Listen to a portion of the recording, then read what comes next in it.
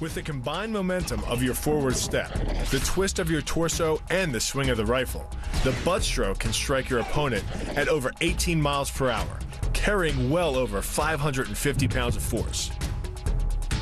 That's enough to drive a 16-penny nail through nearly 2 inches of pressure-treated wood.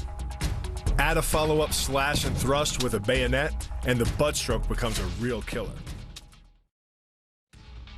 But the real damage from the knee bar doesn't come from gravity. It comes from leverage. Once the knee is locked, your hips act like a fulcrum, and his leg acts like a lever, multiplying any force you apply. So even though the ligaments and tendons around the knee can sustain 1,700 newtons of force, the knee bar can load a lot more than that, enough to completely destroy the joint.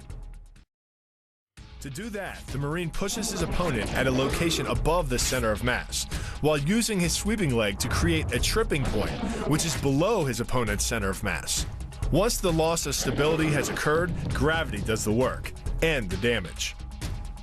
On the ground and on his back, your opponent is now vulnerable to any number of finishing strikes. Working much like a nutcracker, your forearm and biceps apply pressure to your opponent's carotid arteries. Located on either side of the trachea, these two arteries are the only way to get blood to the brain. It can take less pressure than squeezing an orange to stop the flow of blood to the arteries. And with no blood flow, the brain shuts down almost instantly. Fight over. By taking control of your opponent's leg, you turn his hip into a pivot point. And there are two forces being imparted about the pivot point, one by the arm above and one by the sweep below.